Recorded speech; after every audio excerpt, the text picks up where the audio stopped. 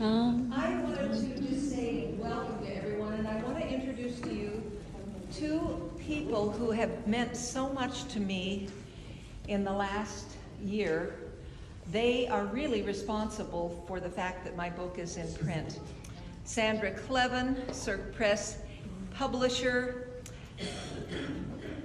I'm going to miss it. Cynthia Steele, who is the associate editor of Cirque Journal. Wonderful, wonderful people that have put on this book launch tonight. And we're so glad that we could do it here at St. Mary's, which is my old home. I've been going to this church for 61 years. Chris and I were newlyweds when we started coming here. And this is where I was ordained. I was ordained here 20 years ago. So this is an awesome place. Very special. Filled with wonderful memories. In fact, our youngest son, who is here, bumped into his kindergarten Sunday school teacher and preschool teacher here tonight. Yeah, yes, she did still remember him. I wonder if she remembered when he ran away. Yes, probably. Anyway, so I wanted to have Sandra. Sandra's going to be our MC tonight, and Cynthia is going to be doing some filming so that those friends of ours who could not come out and drive on icy roads could still join us. So anyway, Sandra Cleven, wonderful friend and the publisher of Cirque Press. Yay, take it away. Good evening. Thank you all for coming here tonight. Snowy night, Christmas season, so many other things to do. But we hoped we would fill the church, and this is my expectation that you fulfilled it. This is very beautiful. So I appreciate it so much. It's going to be a wonderful program tonight. I work hard to time a program to move quickly. Therefore, I'm not going to say a lot of things. And my introductions of people will be relatively brief. But your programs have more information on the back about everyone who is reading or presenting. I want to thank St. Mary's Episcopal Church. I have discovered the church through this process and began to meet Ross and Father Michael, and just recognizing even just from the signage what a wonderful holy place it is. And so delighted to have them support this venture. And then of course our time working with Judith, getting her story into print. And I could say that about all three, but then I start going down the rabbit hole of all the things I could say. So I'm gonna hold it tightly together. We have asked 3 poets to read between our authors. And so that sets the stage for Jim Hanlon to come up and read. He'll read what we've asked him to read, 3 poems, 5 minutes. Jim, well, he's the husband, come on. He's the husband of my art teacher, the well-known artist, Brenda Yeager. We do contests with Cirque. People have to pay $25. It's a really good way to support the journal. And he wins every contest with blind judging. The judges don't even know whose poem they're looking at. He's not always in first place, but you know, comes close, and it's pretty cool. Anyway, I will turn it over to Jim Hanlon. Okay, thank you.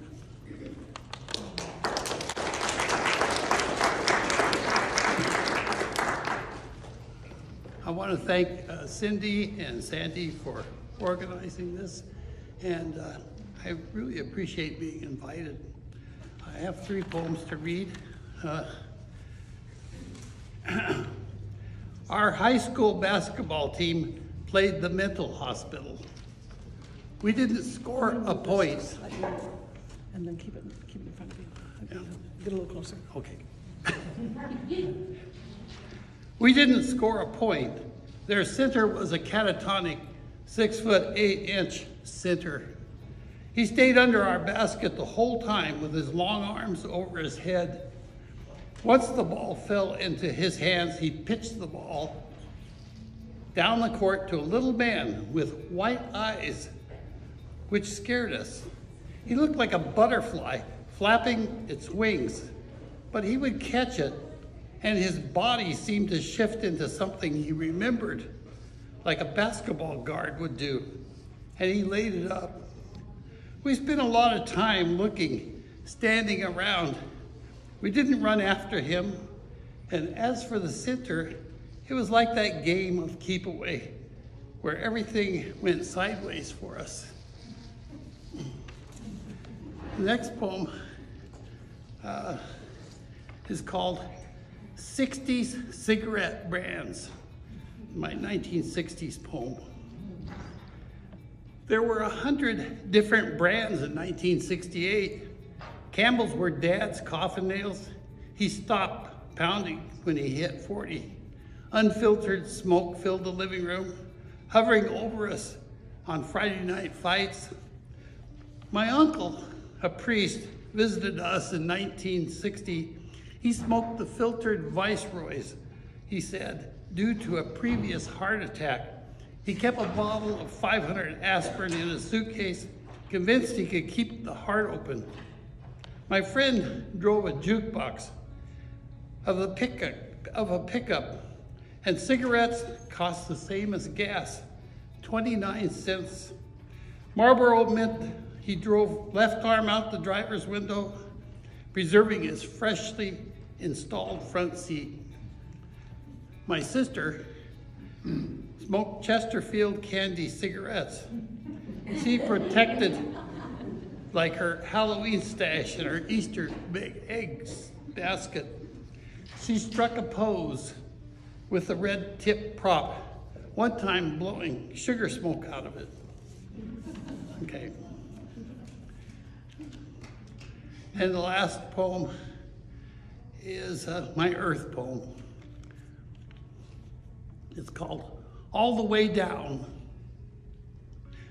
African helmeted, African side neck, the world continues its pirouettes, one on every side. The Japanese pound turtle, Mississippi map turtle, Chinese, Australian, American. Maybe the golden thread turtle showed a path for Bill. My brother bought a small box turtle with his $1.50 of allowance, and the pet escaped after 4 days. Catalog of exotic turtles, red-eared sliders, chicken, leaf, and false map turtles, all stacked belly to shell, pancake platform we teeter on. Order them like stamp collectors.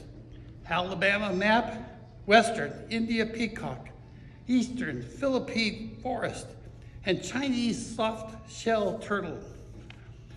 The golf box turtle likes grass and eats insects and worms.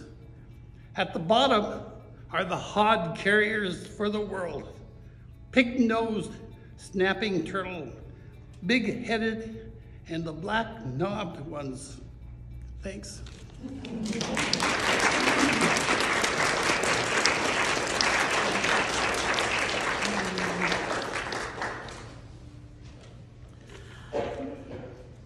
Marianne Elliott presents Out of the Dark, a powerful tale of loss and recovery in an 8,000-mile trip to Alaska that changes everything. She takes this trip alone. It is an ill-advised trip that causes a lot of good things to happen in the end, but she is driving from the east coast of the United States to Alaska by herself as winter approaches. Marianne.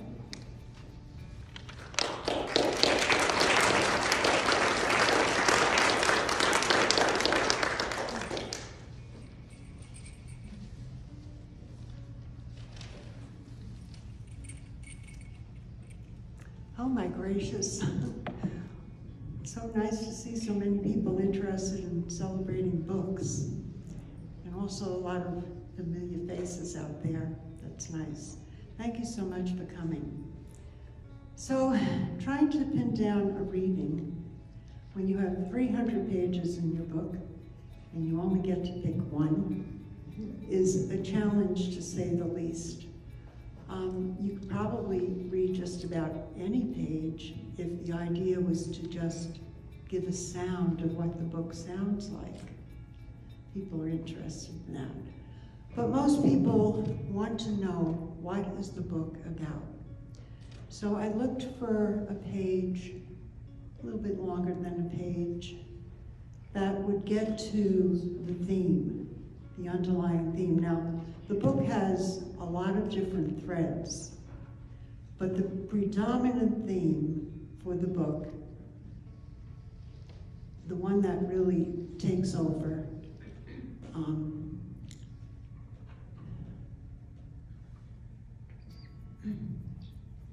is grief. I'm sorry. Grief actually is almost a character in the book. In the beginning, it's so powerful. It causes trauma. It disseminates lives. It destroys families.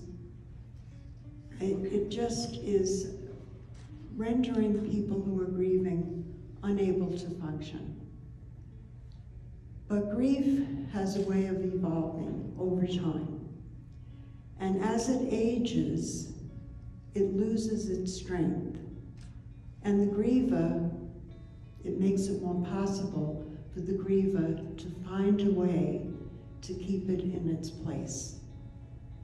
That's basically the theme of Out of the Dark.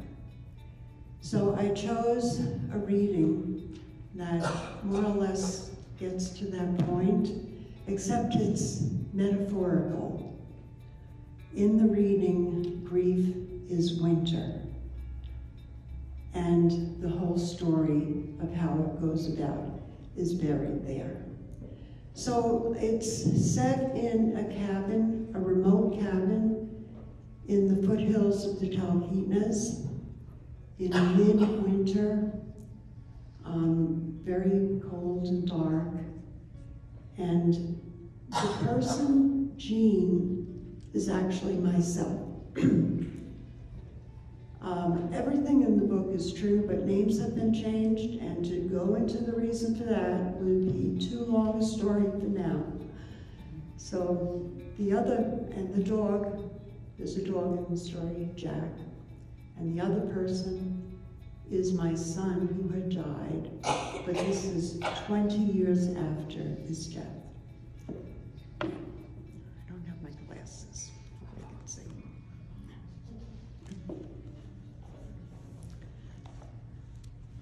So I'll begin with the epigram, and then in the interest of time, I'm not going to read the whole thing, I'll leave out parts, many of which I should leave out anyway because they're spoilers, okay? Try to avoid those.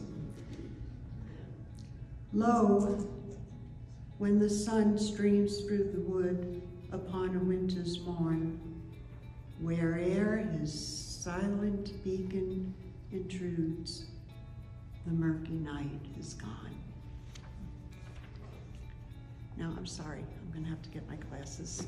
Can't see. Sorry.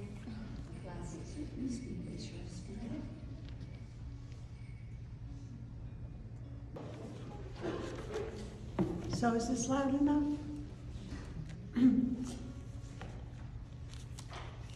Jean could easily read the winter away with so many good books lining the shelves over the bed, sitting in piles on the table next to the chair, on the floor next to the table.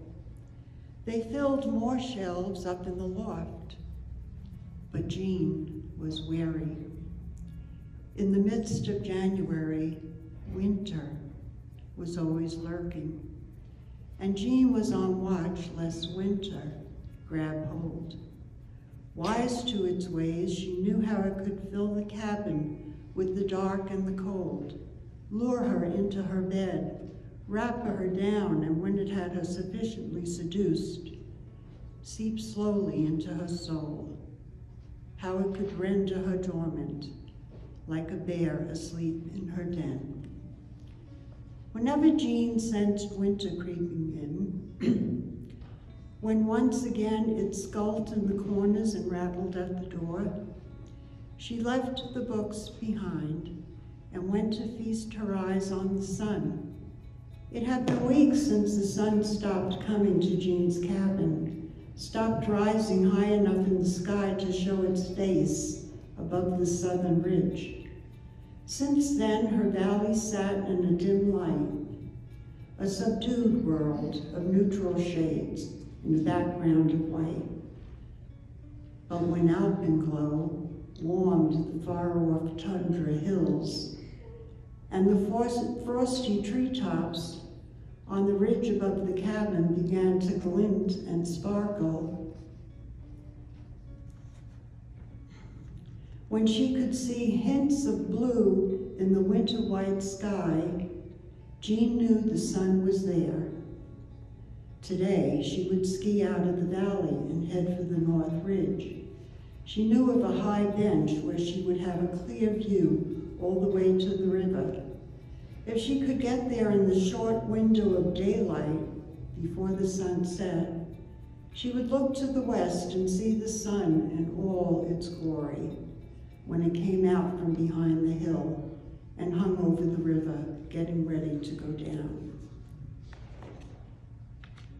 Jean wore her wide backcountry skis with strap bindings that would accommodate her boots. Her feet would be warm. She fell into the pleasant rhythm of kicking and gliding across the snow, a new spring in her stride. Jack followed along beside her, pointing out every weasel track and dainty bowl trail and scattering of tracks she thought might be ptarmigan. He poked his nose in all the holes he discovered, then lifted his head to scan the countryside for what his nose would find. Deep in the woods, Jean skied in the stillness that comes with new snow. Nothing stirred. Pressing on, she came to the edge of the ridge, looking down on the valley, and knew she was getting close. At the top of the hill, her destination just ahead, she followed a curve around a knoll and came upon a golden light, drenching the snow and gleaming on every frosted twig. Shafts of light streaming through gaps in the trees were full of sparkles, frozen crystals glinting in the sunlight and floating gently down to settle on the snow, a carpet of diamonds. She looked west, and there it was, the sun's full face shining through the trees. It hung framed in the canyon where the south ridge gave way to the river before rising back up on the other side. She moved a few feet for an unobstructed view and gazed at the fullness of it, a quiet version of its summer brilliance. Warm shades of pink and yellow painted the sky. With Jack sitting quietly, she drank it all in and let it fill her up with the sweet taste of triumph. Joey stood beside her. He always came for the sunset. She felt if she reached far out, she could touch him.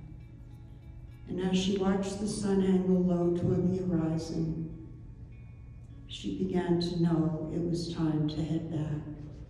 There was no way to know what the woods had in store for her, and there was always the chance she could run out of light. She had found what she had come for. She had conquered one more day of dark. She let Joey go. There will be other sunsets. She will see him again.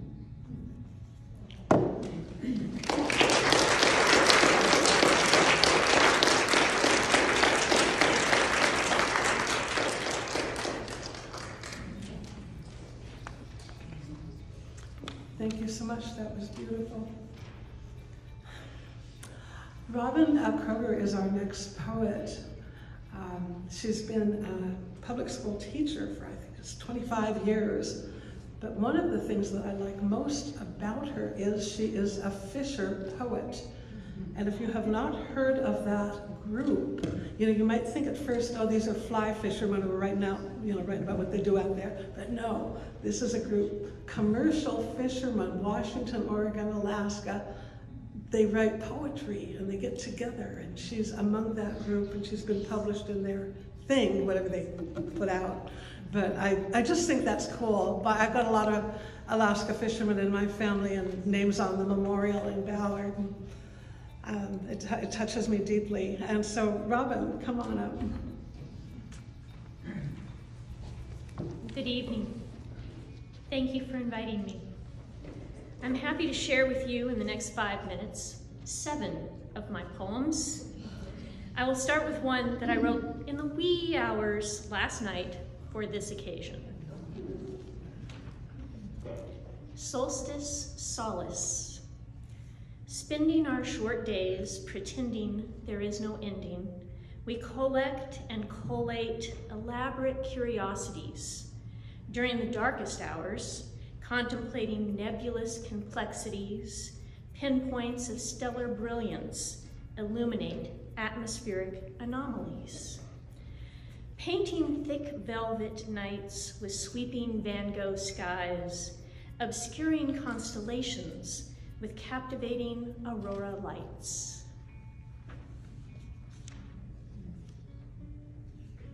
This next poem I wrote while standing in the doorway of the log sauna my husband built north of Talkeetna. Sweat equity is most rewarding. Autumn warmth. Red moon and Mars rising, framed in the doorway of my sauna, cranberry and amber glowing in the wood stove.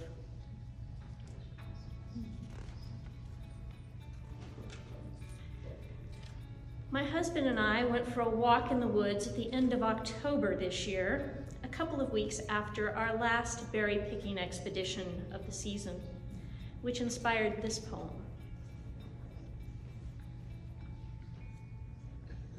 Late fall. Birch set ablaze in the sun's fiery gaze, frozen cranberries where snow frosts stubborn branches, and huckleberries ferment unpicked.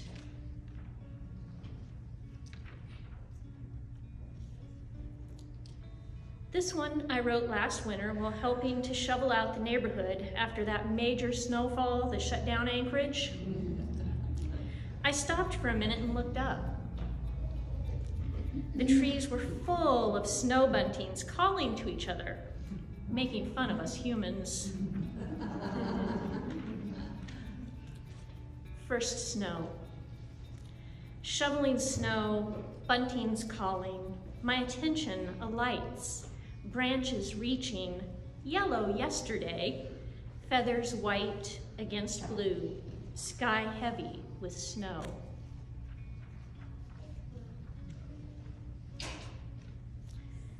Sometimes at the end of the year, we all need a simple reminder that it's not all dark. Sun shines short. In long winter, remember, brazen rays shimmer.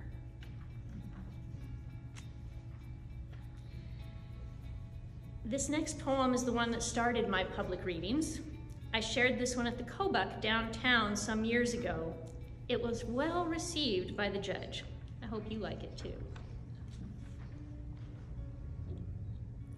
Fall leaves, winter winds, wailing Chinooks take their turn after snow sets in. By now, you've probably guessed that short is my trademark. Some of my intros are longer than the poems they're introducing. This next poem is long by my standards.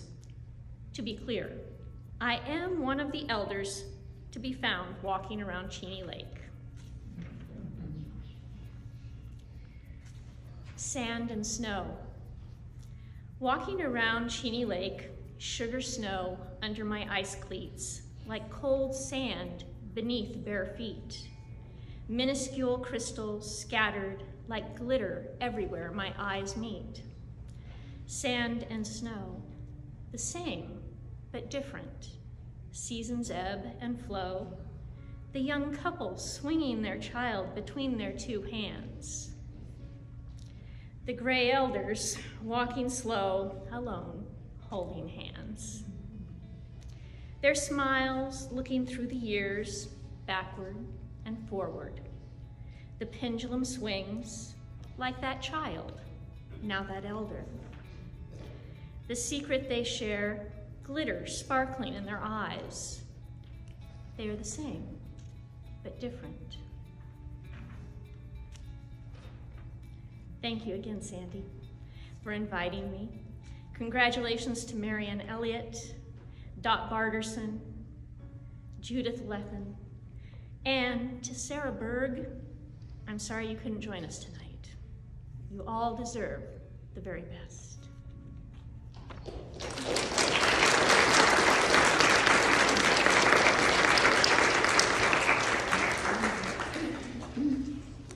Thanks so much. Our next reader brings us right up to our intermission, and it'll be a long intermission with Joe Craig playing. You'll have time to mix with your authors again and ask some of those questions that come up. But to introduce Dot, what a delight to have met her about 18 months ago at one of her gallery shows. She's well known maybe to many of you for her watercolor painting. She came to us with something completely different, a story of a time past when her children were young. At the Chatham Cannery, the place you could only get to by boat or whatever. I don't know what else, maybe a helicopter. Come on up. I've been to her wonderful home down in Seward, which is still art studio, beautiful view, created by her husband, Lene. Good for you. Yes. Well, Norwegian like me. Go ahead. Okay.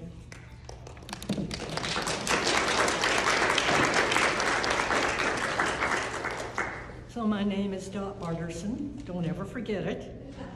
And the name of the book is Boardwalk Footsteps. Can't even say my own book's name. Anyway, I wanted to write this book because we had an experience in a remote cannery that was extraordinary. And I felt that now that all those remote canneries are gone, that it was a piece of history that we needed to hang on to. Otherwise, if somebody doesn't write about it, it's gone forever. Anyway, Boardwalk Footsteps is a memoir of 5 summers that our family, 3 children, and my husband spent at Chatham Cannery, which is in Chatham Straits in southeastern Alaska. The little boy was almost 4, his brother was almost 6, and my daughter was 8. So I'll read from the book. Canneries were so isolated that when our family arrived in Chatham, it didn't even have a telephone. If there was an emergency, one could call on the radio for a plane to come from Juneau, 55 miles away.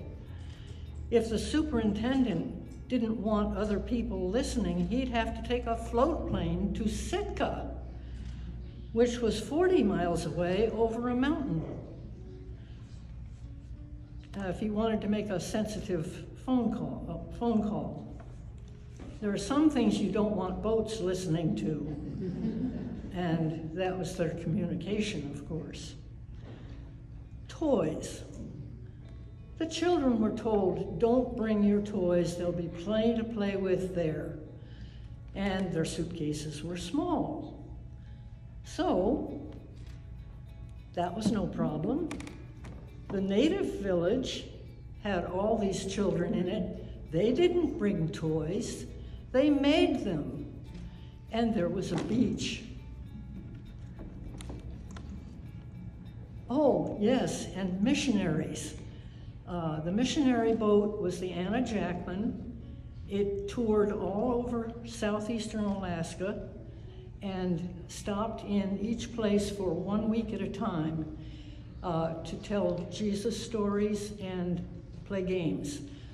Well, of course, the native village just loved that because now they didn't have to babysit. They had the missionaries, and I went aboard the boat. It was absolutely fabulous.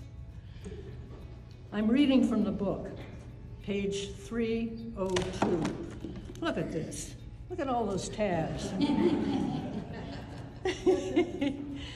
Okay. Believe me, I'm not going to read all these tabs. Our kids thank us all the time for letting them grow up at Chatham Cannery.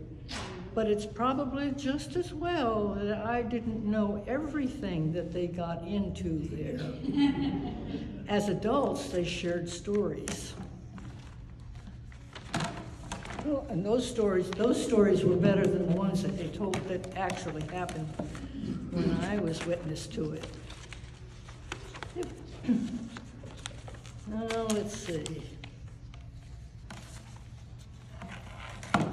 Yeah, you try to turn one page and end up at turning 2 pages.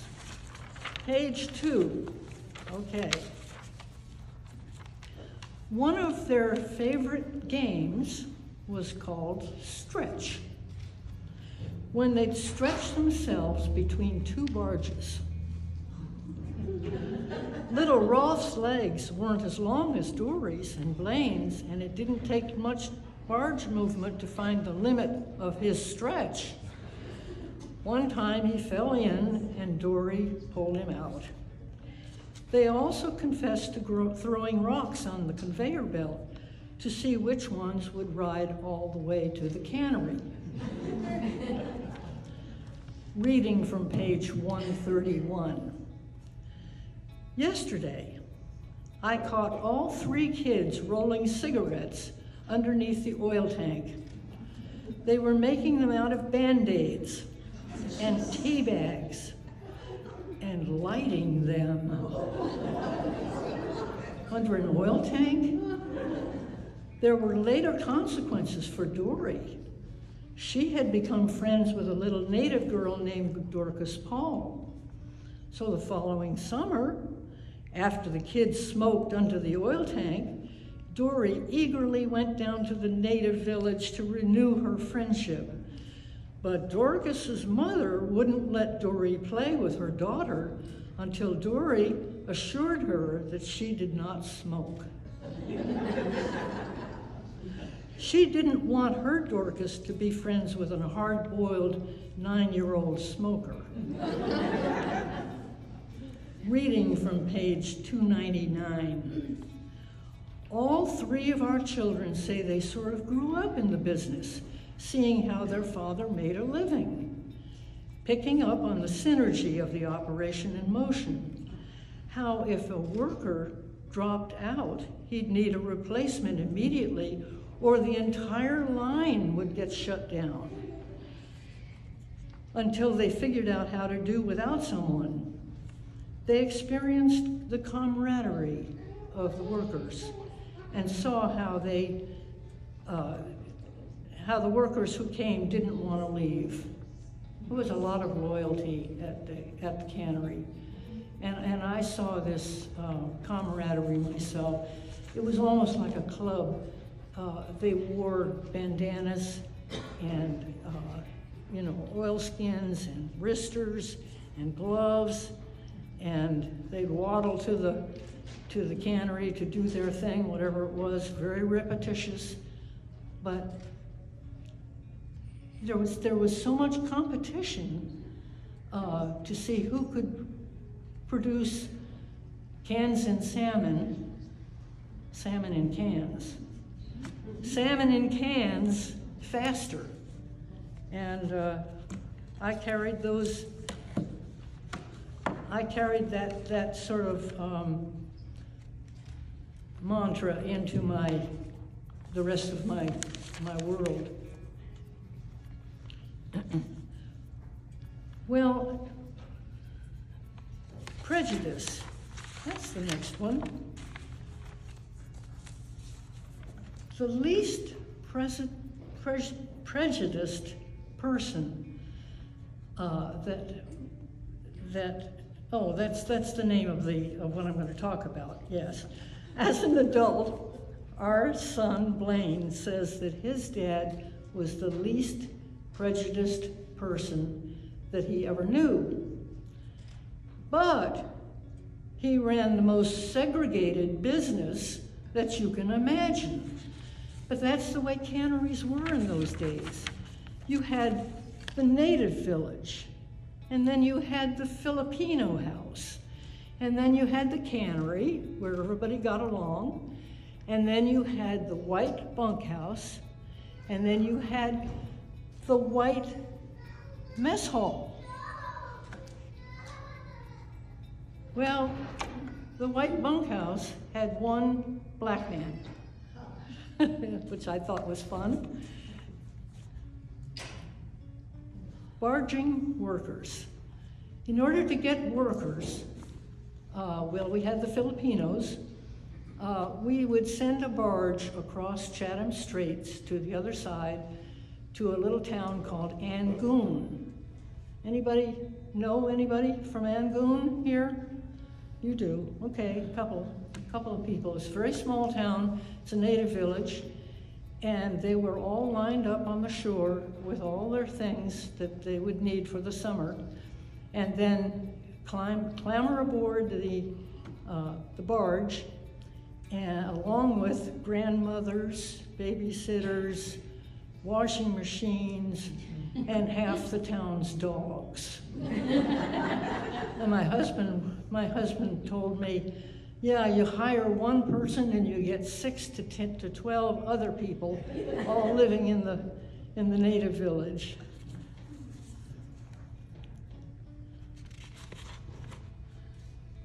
I asked a friend from Angoon, what was it like? What was it like working at Chatham Cannery? I was surprised at her answer. I'm reading from page 309. Maxine said, at Angoon, there were no bathrooms with hot running water, no all-night lights. By June, they were short on money. Life was easy at the cannery. We couldn't wait to be old enough to work at the cannery. Young natives wanted to move up the social ladder of progress. Chatham was the perfect place to do that. A girl could start at 15 in the egg house, working up to packing row in boxes, salmon row, to sliming. You know what sliming is, no? That's where you cut the fish open and you cut through the bloodline, and then you scoop out the blood, and then you send the rest of the fish. Oh, I think they cut the fins off and the heads. No, that was done by the iron shank. Anyway, as they advanced, they would move up the pay scale. For those of us from Angoon, Chatham was a vacation despite the hard work and long hours. Now that really surprised me because they worked so hard. Store. I found many ways to contribute to the welfare of Chatham Cannery. I painted signs, of course. I mean, that's what an artist does. And I also volunteered to work at the store from time to time. Well, this one time, they were so far behind on boat orders that they closed the store. It was in the middle of the daytime. So I grabbed my children and we got in the store and I started helping. Well, the store was closed, period. Several customers, page 155. Several customers came banging at the door and if they were insistent enough, we'd open it a crack to see how urgent the request was. We allowed a couple of fishermen to pick up their orders or buy something off the shelves, but that was it. The store was completely closed. One youngster wouldn't be denied, however, and pounded on the door. Clint opened the door a crack. "Is it important?" The little boy shoved his foot in the door like an experienced door-to-door salesman and shouted, "Yes, very important. I have to get it for my mother. I have to get it in the store." "What is it that your mother needs so desperately that she can't wait until morning?" "Candy." "My mother's got to have candy." Clint rolled his eyes and told our little would-be customer that the store would be open in the morning and he could come back for his mother's candy then. "No, my mother needs it now." The boy roared and rained fists on the door, foot firmly wedged in the crack. I lost it. I laughed until I cried, as Clint tried to convince the boy that his mother would survive without candy one more night. He finally managed to extricate the little foot from the door, though the ranting and pounding on the other side continued for quite a while, making me helpless with laughter. I wrote to my parents almost every day, and that's the material that I had to write the book, along with my photographs, and the book is full of photographs, just full of them. Of course, as soon as I did that, why, the photos weren't there. It was just text. You get the idea. Oh, by the way,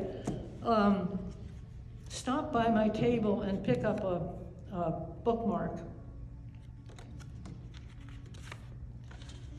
Anyway, I wrote to them almost every day. So this is reading from page 271. "This morning, I reached the pinnacle in Chatham Adventures when I was asked to escort a woman in labor to Juneau via a Cessna 180. Her contractions were 3 minutes apart. So I grabbed a few items in a flight bag, a couple of pieces of string, some scissors, a nice white Turkish towel, and of course my camera, and I ran down to the floats. You'll have to read my book for the rest of the story.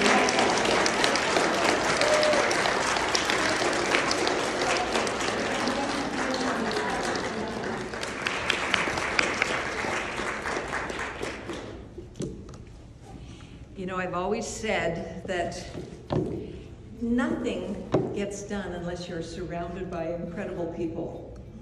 And that's how I feel about the elders that are in the book that I'm talking about, but about some very special people that are here tonight. I'd like Ash Anatelli. She's in charge of the alumni program at Alaska Pacific University. And where is Beth? Beth, are you still here, Beth? Ah, how did she sneak out? Beth is the daughter of Jimmy Dementi, whom I also tell a story about. And she has written a beautiful blurb for the back of my book. So I wanted to introduce her tonight, but she's snuck off. So I wanted to present to APU 2 copies of my manuscript, just in gratitude and thanksgiving, but also as a way of celebrating, because I have committed $5 of every book sale to the Native Student Scholarship Fund Endowment at APU. So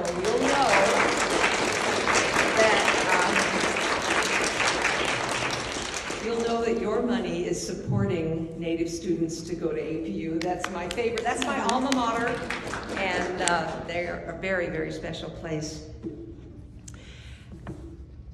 One of the things that I wanted to do is really highlight the elders. And so I've done some interesting things. Some of you have seen it already. Every chapter has an elder quote. And I'll just read a couple of them to kind of set the mood of what we're doing tonight. Ellen Savage, my beautiful mentor and teacher from Holy Cross, said, "In the old days, before the preachers come in, the old people tell us how to live good. They are our preachers." I know, awesome. The Reverend Patrick Atungana from Point Hope said, "We put those whale bones back into the sea. We sing to those bones. We give thanks that our people will have food for another year." It's my beautiful friend. Let's see if I can find another one here. Oh, Clint Chase. I don't know if you know the Chase boys, naughty guys. Anyway, Clinton said, he's from Anvik, and he said, "When each of us boys left home, our mom tell us, don't smoke, don't drink, go to church." Very good advice, I would say. Ernie Turner, you know, the Ernie Turner Center was named for my dearest friend, and he kind of adopted me as his sister. And he came down when we did the first in-village alcohol treatment program for families in the village of Port Graham, and we had families come in from Tititlik and Shanika. Anyway, he was fabulous. And his quote is, "The longest journey in the world is from the head to the heart." Yes, yeah, special. Lucy Hamilton. All right, Hamiltons, raise your hand. All the Hamiltons are in here. We've got bunches of them. Lucy said, "When we were children, our mom taught us how to pray. Every night we pray in Indian, Danaha to'o, thank you for the good day. Keep us safe until tomorrow." Got lots of Hamiltons here. They're really special. I'd like to start by reading an excerpt from chapter 17, Grandma's Medicine. And this is a story about Catherine Hamilton and Ellen Savage. And I brought a whole bag of medicine that I make from the wild plants that grow in Seldovia. So if anyone would like a little tin of it, it's in honor of Grandma Ellen. The steady thrum, thrum, thrum of the drum lured me up the stairs in the Anvik Tribal Hall. Ellen was drumming and Catherine was marking time on her knee with her hand. They sat on folding chairs near the window, a large cardboard box and suitcase full of dance regalia nearby. Agnes was still up at the school with the children. I was limping badly from a no-see-em bite that I'd gotten when I mowed the lawn in Seldovia the day before. The bite had begun to swell before I left home and was very painful, but I had promised to come and I was hell-bent on keeping my promise. Ellen saw me limping and sat me in a chair. I grimaced when she pulled my sandal and sock off. My ankle had ballooned to the size of a cantaloupe on the 631-mile trip from Seldovia to Homer, Homer to Anchorage, Anchorage to Aniak, and Aniak to Anvik. A journey on 4 different airplanes that included an overnight in Anchorage. My toes looked like red grapes, and I was surprised how quickly the infection had spread. As I fought back tears, I grumbled something about my body letting me down. I wondered how close I was to having sepsis. "You need some Indian plant," Ellen said. "Don't move, I'll help you." Ellen came back with a handful of deep green, heart-shaped leaves that I recognized as plantain from my garden in Seldovia. She disappeared into the storage room and came back with a large aluminum soup pot and a long wooden spoon, which she placed on the floor in front of me. She ran fresh water through the coffee pot to heat it, then poured the steaming water over the garbled leaves until the whole thing resembled mashed spinach. When the water had cooled just enough, she lifted my foot gently, slid it into the water, and wrapped the warm leaves around my swollen flesh. The heat from the warm water and the juice from the mashed leaves was at once soothing. The pain and itching started to subside immediately. "Sit still and soon you'll feel just good," she said. Catherine watched the whole affair, grinning. "Ellen's going to fix you up. Pretty soon you'll be dancing just like the kids," Catherine said. Catherine and Ellen made more comforting noises as they went out the door to get some lunch. I gazed out the window into the dark forest. It was so quiet in the tribal hall with only the fox sparrows and the robins singing outside the window. I closed my eyes and wondered how on earth a cowgirl from the Snake River ended up on the Yukon. Would I be okay? Should I try to see the health aide at the clinic? Should I get on the next airplane and find a doctor in Anchorage? Inertia and the sound of the birds singing in the trees took hold of me, and I began to breathe and relax into the chair. Anvik's traditional name in the Dekanag language is Diloy-Ges, the village that sits under the brow of the hill.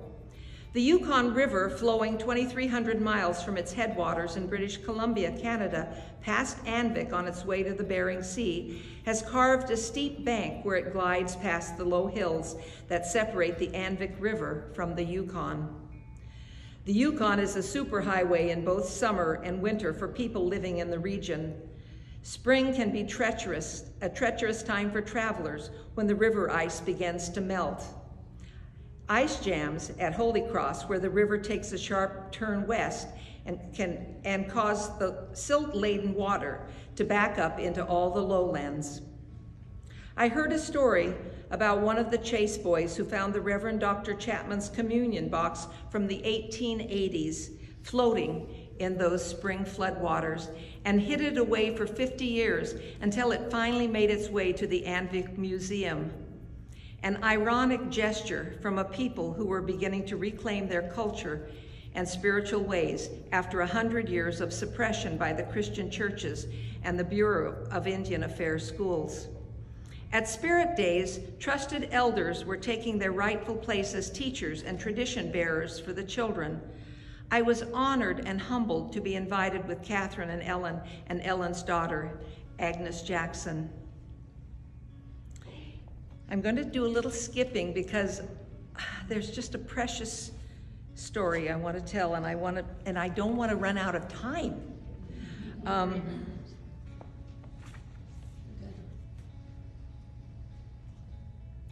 When the teaching and festivities were over for the day, I cornered Agnes and asked if she would make hooded parkas for the children who served as acolytes at Christ Church.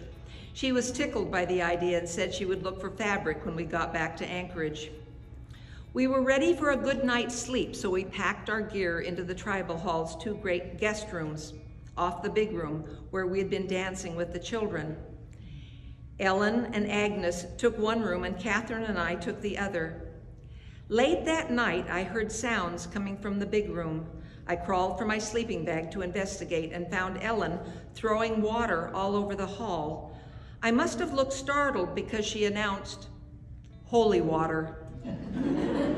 "I carry holy water," I said, "Holy water?" She said, "I carry holy water with me everywhere I go. I heard noises, so I came out to bless this place so we can all sleep just good." "That's a lot of holy water." "It's okay, I got lots. I make it myself." "You make it?" "Yeah, a long time ago while I lived in Holy Cross, I used to ask the priest to make me holy water all the time, but one day he says to me, 'Ellen, your prayers are just as good as mine. You can make this stuff yourself.' So from then on, I just say those prayers myself, and I have all the holy water I need. I never have to ask him for it again. I climbed back in my sleeping bag, delighting in Ellen's audacity. "I got lots. I make it myself." Well, I will have to tell you, when Ellen died and they had her funeral at the Catholic church over on the other side of town, her daughter asked me to speak. Well, the Catholic priests were not going to let me speak. So they decided to give me a few minutes at the end of the funeral. I told that story. They were furious. But you know, some stories have to be told. And she did make it herself. I rode with her once from, I think we were going, it might have been that same trip. We were going back to Antioch to catch the flight into Anchorage. And when we landed in Holy Cross, the engine on the plane wouldn't start. So Ellen gets out her holy water and starts throwing it on the front of the airplane. By darn, that airplane started right up. So never, never doubt, never doubt. I want to take another minute. The chapter just before that, chapter 16, I've called The Doll Maker, because many of you who knew Ellen knew she was a doll maker. So here it is. This is her story of the doll. Let's see where I'm going to start. The next afternoon, Ellen was waiting for me in her tiny cabin in Mountain View, a subdivision on the north edge of Anchorage. She took my hand and led me into her home. A lavender scarf printed with peach roses held back wisps of gray hair. Her deep purple hooded parka trimmed with lavender and white rickrack winked tiny seed beads. She had said to me, I said to her, you have beads on your parkie. And she said, yes, we're Indian, we like beads. As I followed her inside, I felt as if I were stepping back in time. Heaps of purple and blue fabric spilled over on the sofa. Letters and papers crowded among the jam pots and salt and pepper shakers on an oblong wooden table. An oil pot burner hummed against the south wall, and the distinctive odor of stove oil lingered. A piece of king salmon was thawing beside a pile of china plates on the counter, below a low bank of cupboards in an alcove that held the stove, refrigerator, and sink. Through an open door beyond the table, I could see a brown wooden desk, its surface covered with fur, beads, thread, and a doll. I ached to enter Ellen's sewing room and pick up the doll.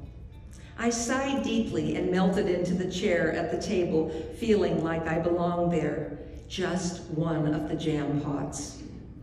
Ellen patted my shoulder and moved unhurriedly between the counter where I sat, first with a china mug, then a Lipton tea bag, then a small bowl of sugar.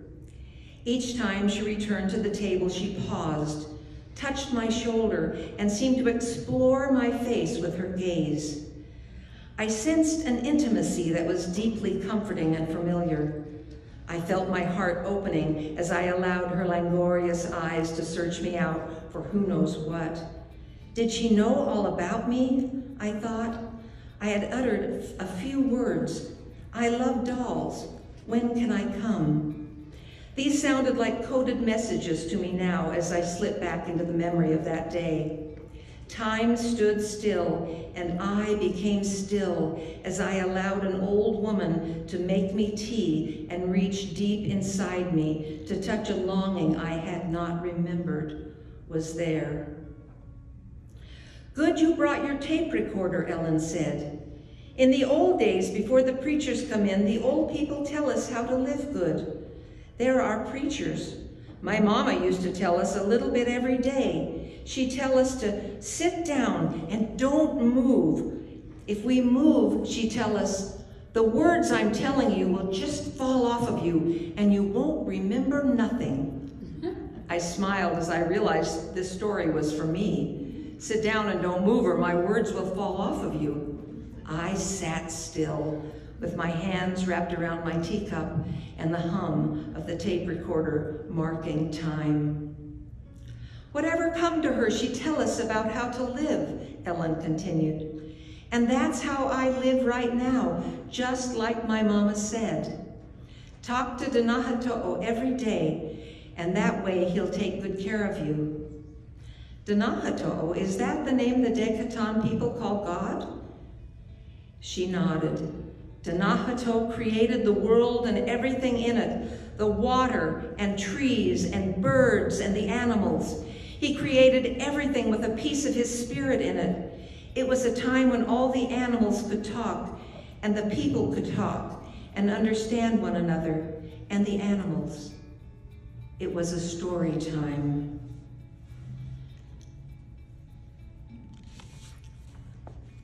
I will tell you, this woman had such an impact on me. I did record her stories that entire day. They now reside, those recordings reside with the Language Recovery Office or something like that at UAF. Anyway, they have them, and I'm so tickled that they are safe there. She has, you know, they've got them and they've got her voice and they know what's happening with, I mean, she was so generous with her stories. I'm gonna take another minute and read. I hope I can find it. See, you can't always find your own stuff. Let's see if I can find it. Oh, maybe I could look in the index, right? What page am I on? 215. Oh, I turned right to it. There was a tragedy that happened in the village, and I've written extensively about it, but I won't read that story here. I want you to read it for yourself. When 2 children drowned in the only open water on the slough. And so this was a little bit later. This was a few months after that, this is Catherine and I, and I wrote about this story. It's called Old Fox. When winter came, Catherine wanted to walk to the bridge that crossed the slough to visit a place so filled with sorrow that few words passed between us. It was mostly time to think, mostly time to remember. I'm remembering one of the dolls given to native children to keep them still in the dark winter when the world lies locked in deep snow and ice.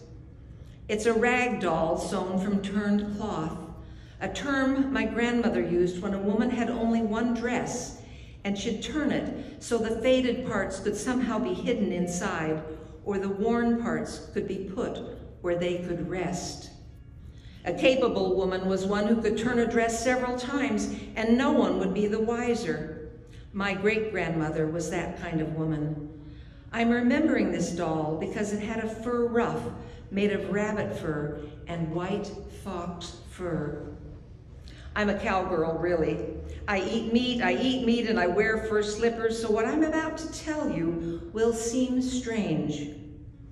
As we approached the river, I saw a fox dressed in his turned coat of winter white. He didn't run. He lay in the snow, and his deep black eyes watched me. I stopped. I quietly reached out to Catherine and pointed to this watcher one who seemed unafraid, who didn't leap and run away as 2 old grandmothers passed by on the way to the bridge where Catherine's grandson drowned in springtime. I stepped closer. The snow was matted, and then I saw the fur of this old fox was matted. I say old because his eyes spoke such sorrow. I could just make out the cold steel of the trap in the matted snow. I found a stick. I knew enough about trapped animals and trapped men, for that matter, to know I could be bitten. Keeping the stick between the old fox and me, I slowly moved toward him. This was not child's play. This was life and death, and God knows Catherine and I had seen enough death. I watched him, our eyes locked in some sort of cowboy gunfighter standoff. A quick glance told me where the spring was, and I moved my stick unhurriedly there, then pressed the spring bit by bit until the jaws clicked open.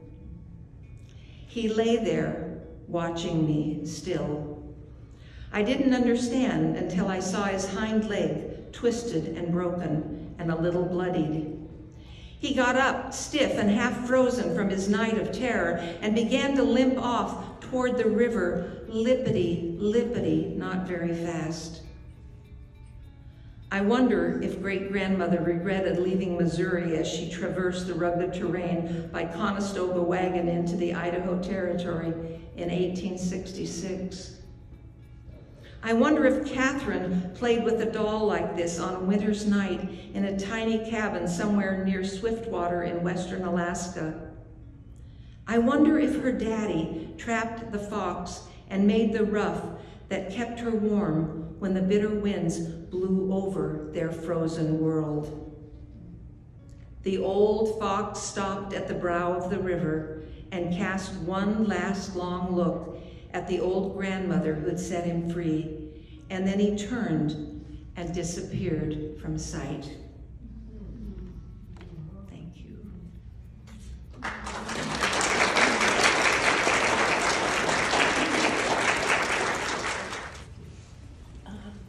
Let me introduce again Wanda Wilson, who does many things, including a massage therapist, and one of the best I've ever spent time with, but she's going to read a poem. And I want to let you know we're going to close the evening by singing Silent Night, and it's in the hymnal on 111.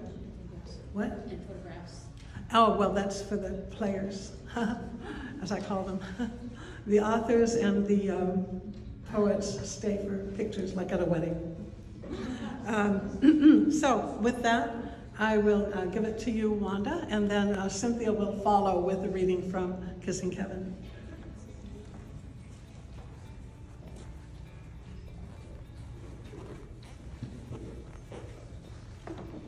Hi, everyone. You're still here. So I'll start with Alaska, and I can't begin to tell you how the feelings stun and race through me when I hike these winter mountains. So much beauty, spontaneous joy, elusive vistas and crystalline sparkles near my boots in the sun.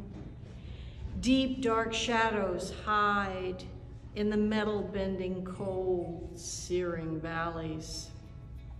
The air cuts razors with each shortened inhale. Mounds and mountains and mounds filling distances of white on white as white drifts on me like frozen starlight as I lift one hand and another up to sift flakes like cherry blossoms in spring breezes. I close my eyes, sigh in this exquisite quiet. I could be buried in seconds, still smiling. A sudden small open water, an icicle arrives. Faraway peaks are closer now. The ice cream snow on branches, how it rushes to fill the spaces between the stems, limbs, and air, even as the sun warms, sends trills heating me with so much yellow as boots and ice cleats crunch squeak on the path. The blessings of this wild snap the thunder of my heart in mercy to a sudden desire to hug my hiking buddy, everyone. And my right knee waits till almost the end to give out.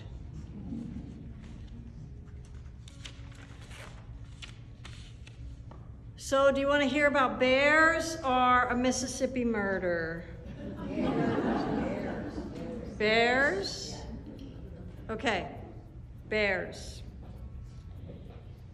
So a couple of years ago, before my girlfriend left, she still cries about it. She was nuts for mushrooms, just like I am. And every time I took her somewhere, we ran into bears. It's dangerous in the woods lately, with my own 2 bear encounters in 3 weeks after 6 years of none. They're upset by the end of summer and early August, with too few berries, over a month of rain, dark cold, and snow already in the high mountains. Still, I go hiking and stop for a while to gaze long into the stillness. Even picking wild mushrooms deep in the forest, my friend going one way, I the other. I listen to the quiet, to the moss rising from the rain, the drops falling off the fragrant spruce, glistening in this rare sunlight, to the golden musk of my cilia tickling my nose. It's a moment of glory. My friend calls me back from my soft, way too far away reverie, back to the trail and bear safety with her. Our baskets are heavy and full. We turn to each other and grin so loudly we laugh and smile our blessings to the woods. And this will be the last one I read. This one's from Louisiana. On a soft Louisiana black night, warm, backlit with a frog, 3 splayed toes, pale thin balloon throat ignites in song, and light surges through its belly. It leaps like a torch, a radiant comet. I cannot comprehend how a frog turns into a moon, a star.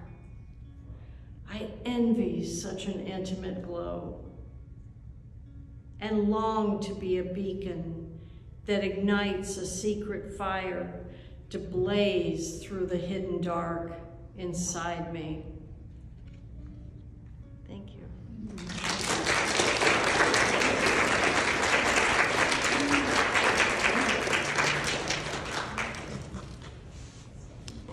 Cynthia Steele is the associate editor at Cirque, and we work and do soirees all the time, but she said tonight, what a soiree this is. This is fantastic. So I want to invite her here to read in memoriam. I don't have the program in hand, but I think I can say what I wanted to about the book.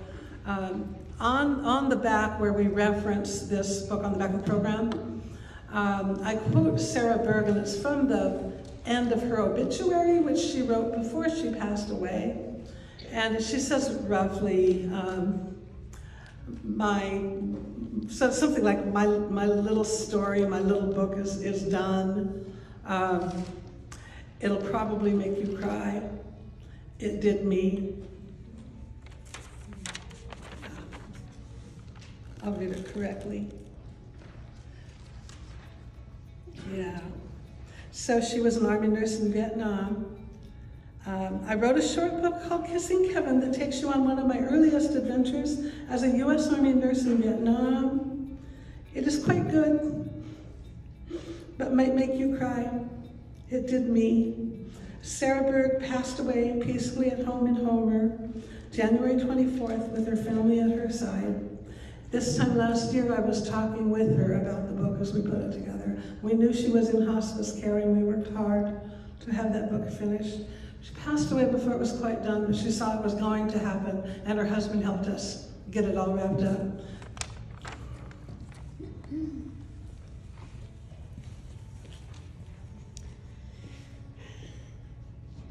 It is my honor to read some of Kissing Kevin. It was difficult to decide which vignette, which story to tell. There are just so many lovely stories in here that are quite touching. And I decided it was best just to read Kissing Kevin, the story. Yes, it's true. I gave Kevin the longest, juiciest, most heartfelt kiss I had ever given anyone. It was June 1st, 1971, early in the morning. It was a strange kiss in many ways. He was lying flat on his back, naked. A slim sheet, for modesty's sake, covered part of him, as we were in a very public place. I was fully dressed, standing up, leaning over him, my right hand embedded in his light brown curls. He asked for that kiss, and I gave it quite willingly. It was the last thing he ever did, and asking for it was his last words. It was the most memorable kiss I have ever had. He was 21, and I was 22. I had only known him for 3 days. I remember well our first meeting, but I was introduced earlier by phone. My nurse friend Patty Hill called the day before and asked how busy our ward was. I was in the intensive care burn unit. She was in the recovery room. She had a patient for me but was reluctant to give him up. She had grown quite fond of him. Often it was like that. We got attached so easily. I was there when Kevin arrived, just finishing up my paperwork for my 12-hour shift.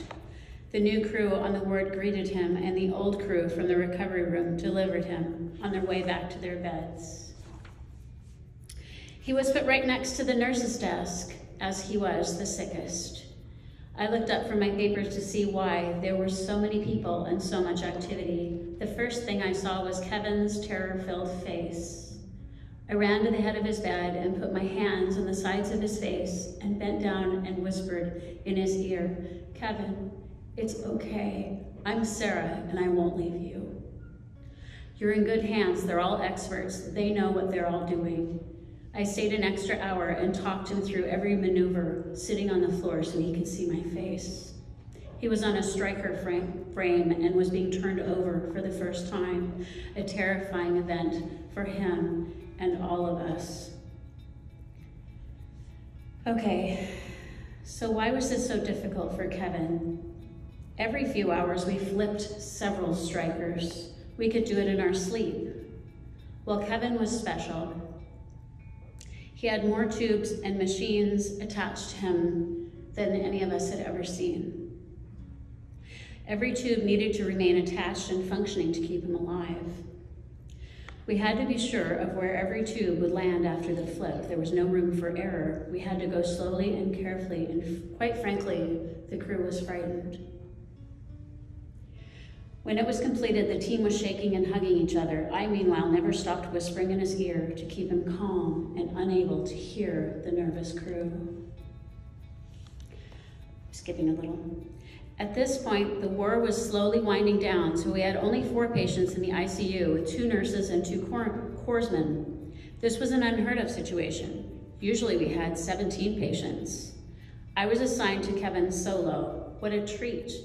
He required a lot of care, but I could take lots of time and give him those extra touches to make him feel special. He couldn't feel anything from the neck down and couldn't talk unless I covered his trach tube, but he felt the cheek caresses and head rubs. He could see the winks and hear the stories. He could answer with eye blinks.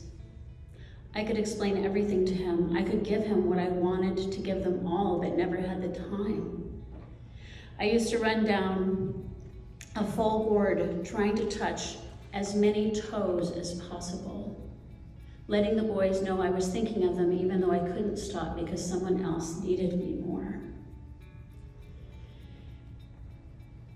The next night, Kevin was slipping in and out of consciousness, and once again, I got him to myself. The day nurses said they heard no word from the father, and they were pretty sure Kevin wouldn't get through the night. I gave him the best care, with the mostly unconscious, and me sitting holding his soft hair whenever I had a break. Early that morning, he awoke and asked for that kiss, and then slipped back into his coma. He died that morning after I'd gone to bed, another nurse by his side. Well, unbeknownst to me, that kiss caused an uproar. I hadn't seen the chief nurse making her rounds while I was kissing Kevin. At report an hour later, I was told to report to the chief nurse immediately. I was in trouble, certainly not the first time. I was a rule breaker and fond of doing things my way, especially when it seemed to make way more sense. I was torn apart for half an hour, but only I was torn apart for half an hour. Not only had I kissed Kevin in an open ward for all to see, especially those 4 other sleeping patients, but I had the audacity to kiss an enlisted man. I was an officer. How dare I do that, and in public, no less? I went back to my ward right after my brow meeting, not the least bit repentant. I told the crew what had transpired with the chief. I kissed sweet Kevin on his forehead and went to bed. That night at 7, I was back on shift. Sadly, Kevin was gone, and we never heard anything from his father. There was, however, a new category posted on the care board: hugs and kisses, PRN. PRN means when necessary. All the patients had a check mark in that new category.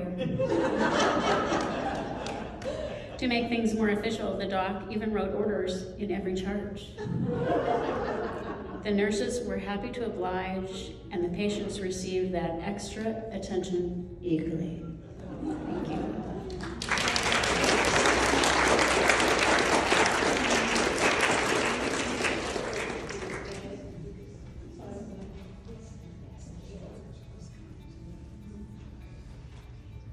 Maybe Mother Gail would come up and help us sing Silent Night. Most of the words, should we do more than one verse? That's a question I have. Maybe. We'll see how it goes. Yes. Well, I just want to say, Sandra, thank you. I know after we finish this, we'll probably all quietly go home and think about the stories that we've heard tonight and the stories you're all going to write, right? Correct, Bella? Because stories really do open our hearts, and they give us a sense of the humanity of our humanness together. So, see no stranger. I think that's kind of my new mantra. So here we are, Silent Night.